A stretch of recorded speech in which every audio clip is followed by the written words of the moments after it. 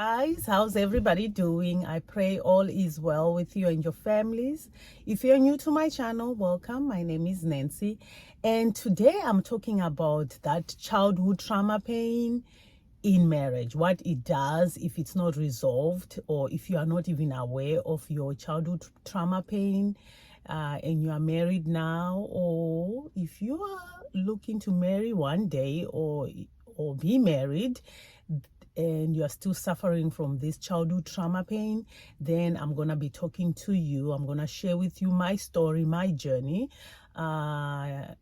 because that was my story, getting into this marriage years back. I've been married now for 25 years. Well, this year is what, 26 years? This will be 26 years. Yeah. And getting into this marriage as a teen,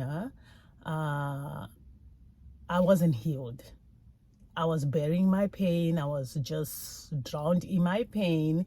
And me getting married, I thought it was an answer to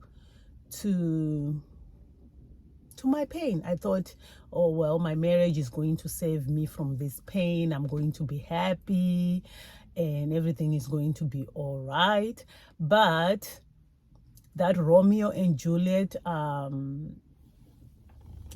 vision that I had about marriage, whatever I visioned about marriage, it wasn't like that at all, because that pain was awakened when I said I do. So that's what I'm talking about today. So guys, you have to know this as a fact. If you don't resolve your pain and you haven't gotten married, or you are still in your early years of marriage and you are going through these ups and downs, bumps in the road, curves, you're just in a roller coaster, you are not sure what's going on in your marriage, you feel like you are going to quit, divorce, whatever, then you must know that you have to face that pain. It's that pain trying to come out. So regardless that your spouse might be the best spouse in the whole entire world, with the best intention to just give you their love, show you their love,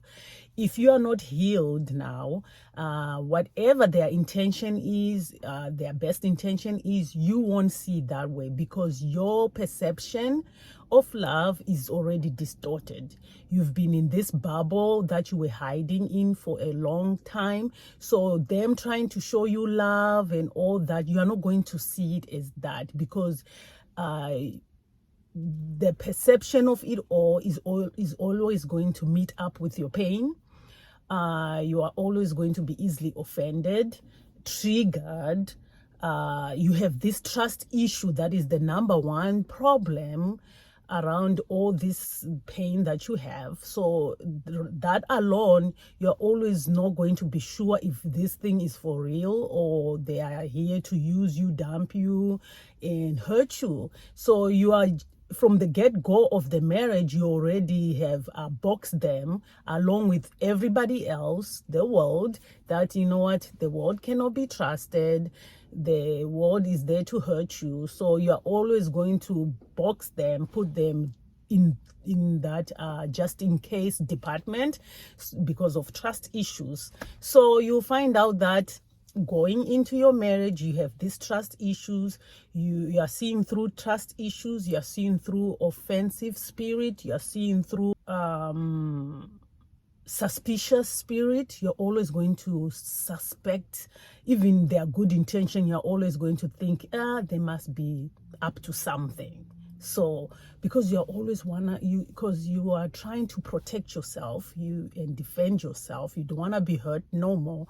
So you're always going to be in that defensive mechanism all the time. So yeah, that right there is always going to be the issues that you're going to encounter in the beginning of this marriage thing. Or maybe you're already in it and you're experiencing this, then you have to know that there's that pain that you buried. You thought you got rid of it, you moved on, it's just trying to come out, because it was not healed. It was just bandage, layers of band-aid on top of your pain. So now those band-aid are coming off, and they're trying, your pain is trying to say something now. For me, that Romeo and Juliet marriage that I had envisioned in myself, because at that time when I was a teenager, all I read was those romantic, novels.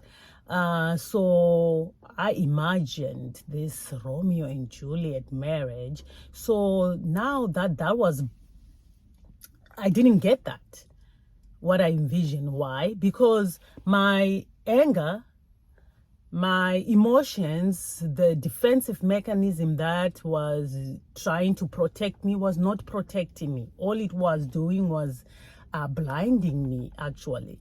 So I was blinded to the pain that I was feeling, and I was blinded to what was happening in my marriage.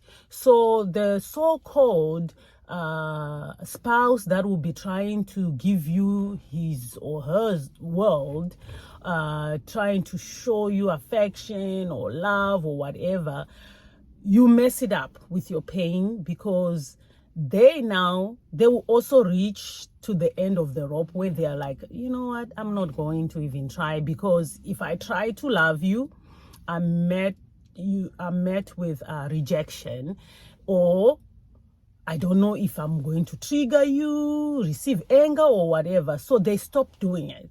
So now, because they stopped doing it, you were liking it, but yet you're not receiving their love. You are just like feeling good kind of way, like, okay, so they love me, but you know what, I'm not going to receive it because I'm not sure. So because you're in that mode every time, you are going to get even more angrier, or you are going to hold on more pain, because you're going to think, okay, now they are rejecting me now. So I was right. They really don't love me. They really don't care, because they are not even trying no more. Because that pain is telling you, you know what? They don't care. They don't care. And you, because of lack of maturity, lack of awareness of what that pain is doing, it's just going to cause more disconnection in your marriage.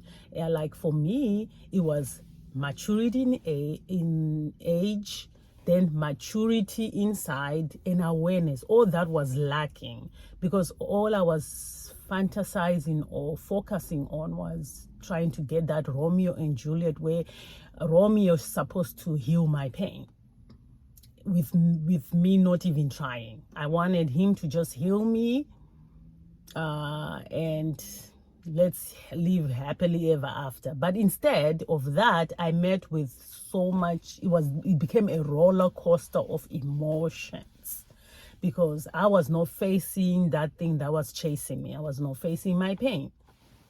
So because of that lack of awareness now, it made me try to react in ways that were very immature. Because all your reactions in that marriage, as long you're still in that pain, will be responses as if you are responding to your perpetrator. So whatever they try to do, you are taking them as the perpetrator, unknowingly to you or to them. So it's like you are reacting in a way that you wanted to react at that time of that offense. You wanted to react in that manner, but you couldn't react in that way. So now you are reacting to your past in the present, towards somebody who has nothing to do with your pain. However, guys, once you come to awareness of this pain, and you are aware what it's doing, what's happening, then it's going to be easy for you to now listen to your spouse, to want more for yourself, more for your marriage, to want to fight for your marriage. But you have to come to that awareness of what's going on. It's just not going to happen. You have to be so honest with yourself and face whatever that pain is. However, that breakthrough will only come when you are really honest with yourself and you want different. You want something different. You want a happy marriage. And you are willing to to walk the process. And let me just say this, guys. If your trauma was sexual, then intimacy in the first years of your marriage is going to bring the deepest wounds out. It's going to be difficult. If you are not healed and you are not married yet, then you really need to sort for help, because those first few years of that marriage, those wounds are just going to arise. For me, I ended up either overreacting or avoiding. Those were the most difficult years, first years ever. Or pretending, numbing myself and pretending.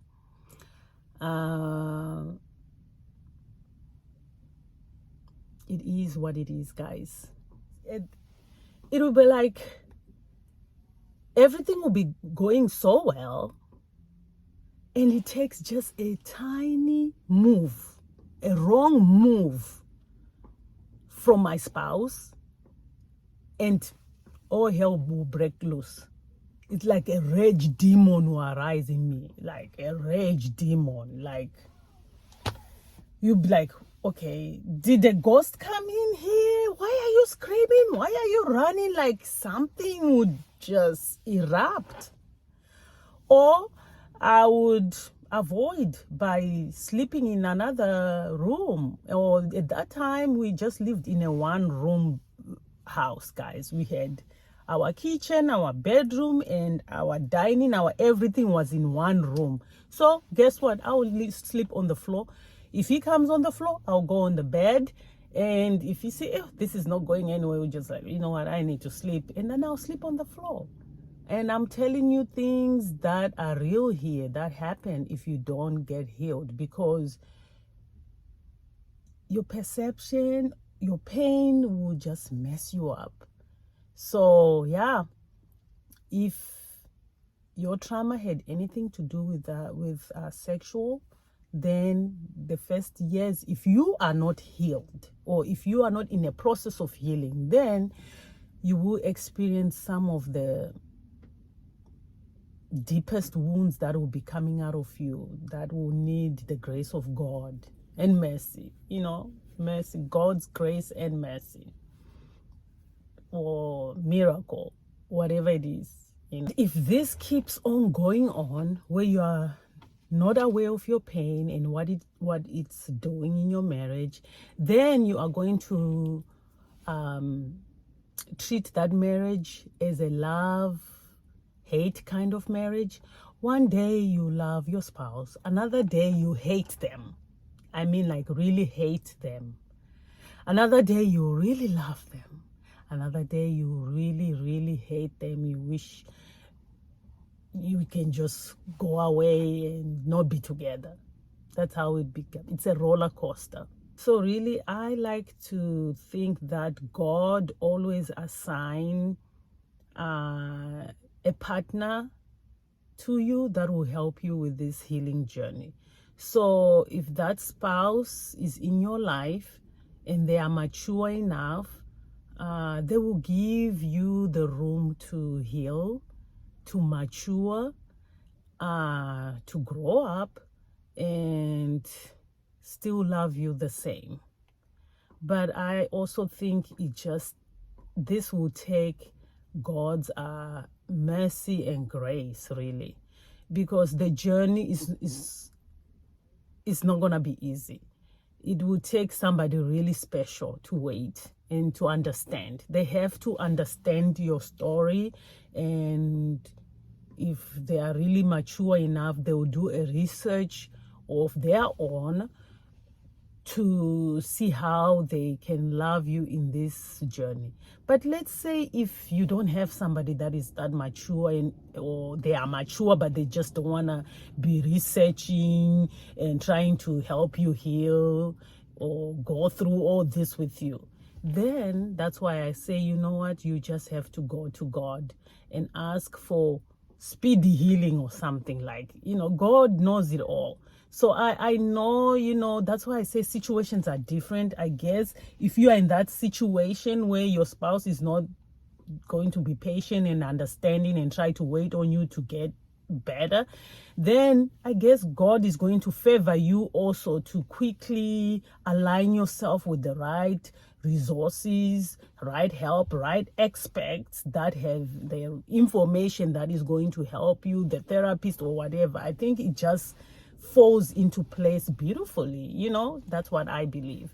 So, but the most important thing is you to be aware of that pain. Be in awareness of that pain and go to God and ask for his help and his guidance, because you want to be guided in every step. It's a process.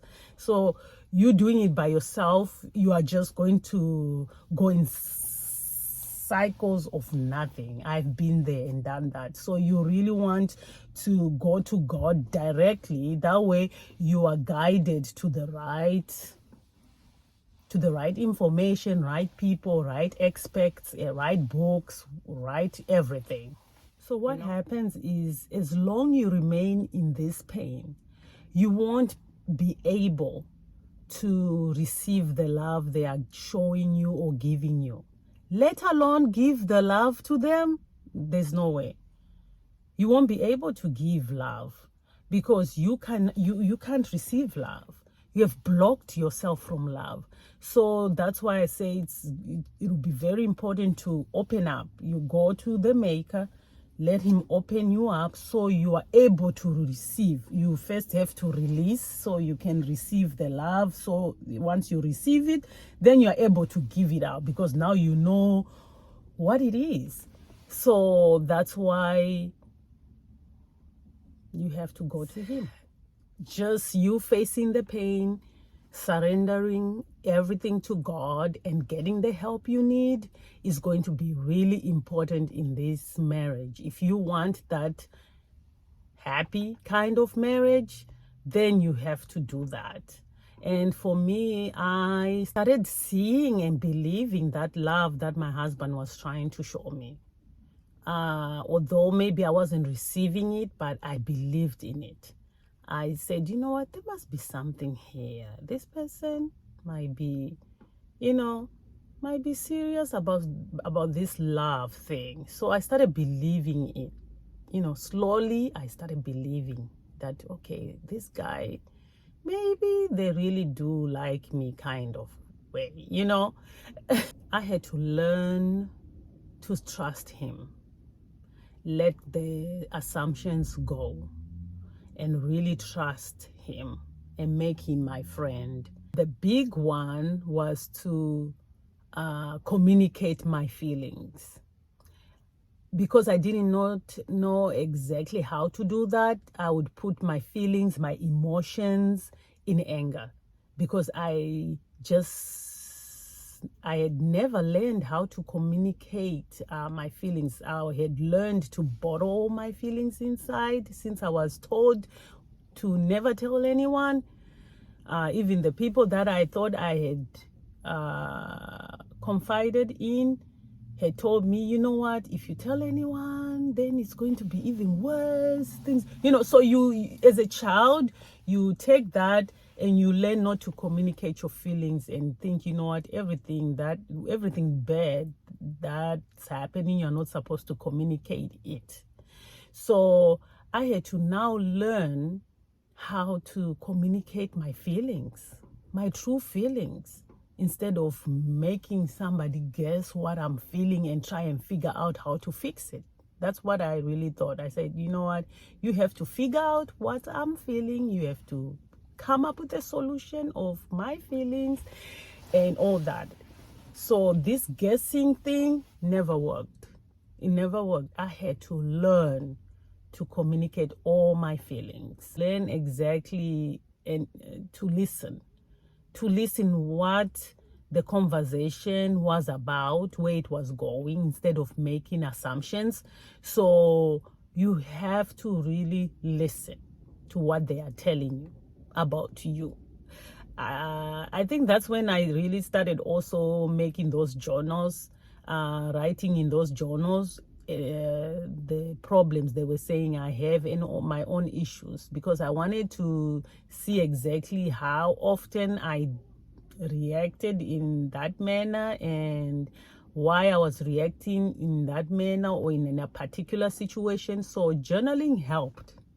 You might want to consider that, like writing your feelings down. If you're not comfortable to saying all your feelings to your spouse or opening to your spouse, then you might want to start journaling, because that will help you to put the pieces together. When you do that, when you journal, you are going to see a pattern, your own pattern. Like for me, I started seeing why I was so defensive in certain situations, or why I overreacted in certain situations, or why I responded very negatively in a situation that was a positive situation. So it just taught me, when I started putting the pieces together, when I saw a pattern, it was showing me a pattern of unresolved issue in a certain area. So that's how I was able to pinpoint an unresolved issue in my heart and be able to do research on that issue as to how I can get help. And at that time also, everything was in my own strength. So once I pinpoint a pattern, I see okay, this is an offense. I easily get offended. Why? How can I get rid of this anger?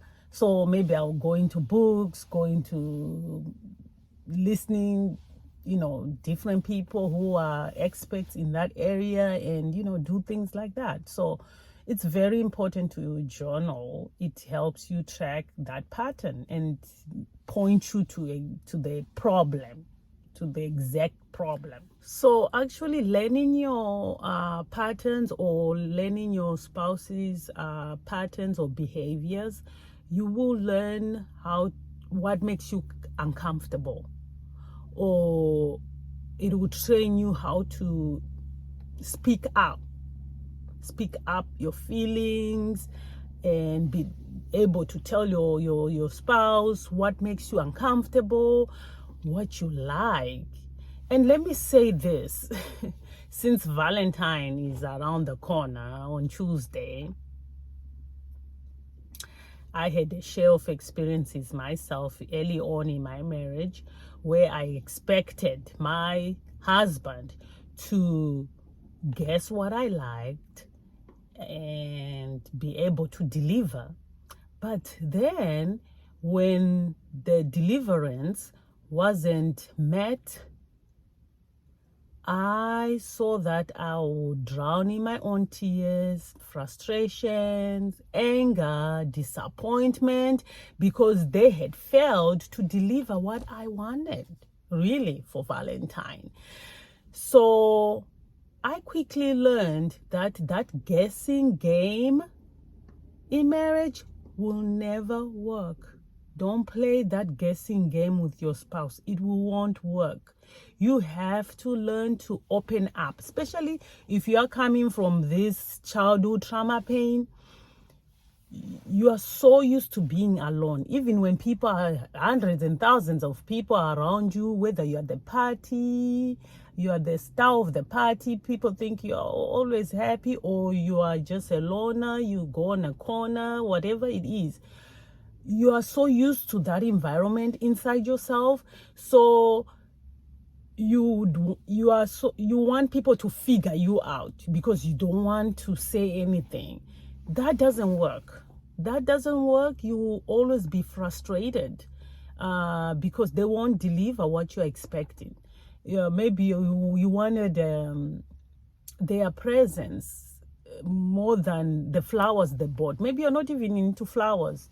you'll be disappointed. Or they'll bring you a dress and you'll be like, that's not even my style. Why would somebody buy me a dress on Valentine's? Why didn't they buy me chocolates or a chain or a watch or something? But how would they know if you don't say anything? So I had to learn to tell my husband what I liked, what I don't like, what makes me happy, what doesn't make me happy, what makes me comfortable, what makes me uncomfortable. You have to communicate. You have to. Because if you don't communicate your feelings, you will be disappointed. You will drown in frustration, in sadness, thinking they don't love you, they don't care. Meanwhile, they are thinking they did their absolutely best. So communicate what you really want. Communicate your feelings. Open up. It's that stage that is the most difficult stage ever, is opening up and just say, you know what, let me tell them exactly what I like, what I don't like. It's just that stage that is difficult, and you have to just train yourself. Anyway, guys, just know that the marriage process, if you are coming from this childhood trauma thing, marriage is not going to save you or anything. You are just going to enter into a process of healing. They are going to bring out the best out of you.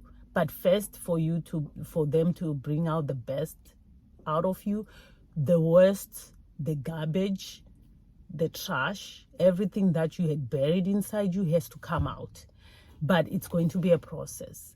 And once you are aware of that and you understand that, and let's say you are in a marriage now, it's still fresh, know that marriage has seasons. You can be married, like now, like I said, this is my 26th year of marriage, 26 years now.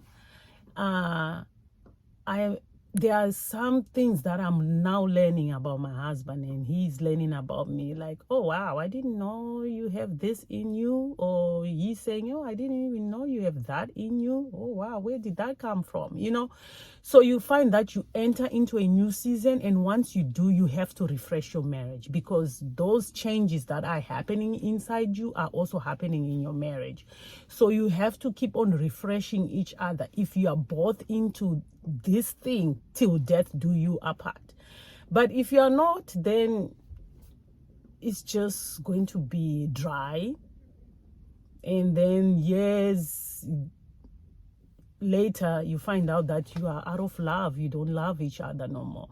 So you have to make an effort to just do your homework, refresh your marriage by putting effort and healing you, taking care of you, and making effort to make the marriage better, and keep in mind that what you set up to do in that marriage will not play by your watch, by your rules.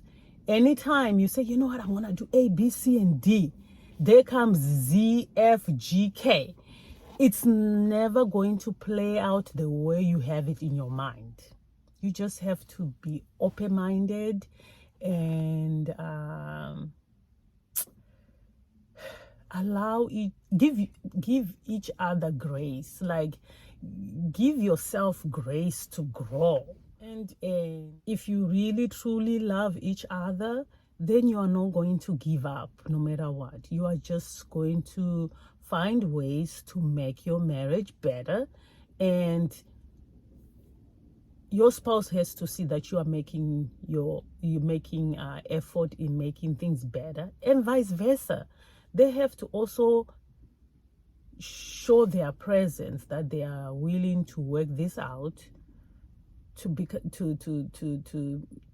better the marriage, rather than just giving up and not caring. Like, it can be so many things that can go wrong in marriage. If you focus on the negative, the negative is always going to be there. It will always be there. but you just have to make a decision to say, you know what, we'll work it through. Remember to let God in. Give it all to Him. Let Him in your pain.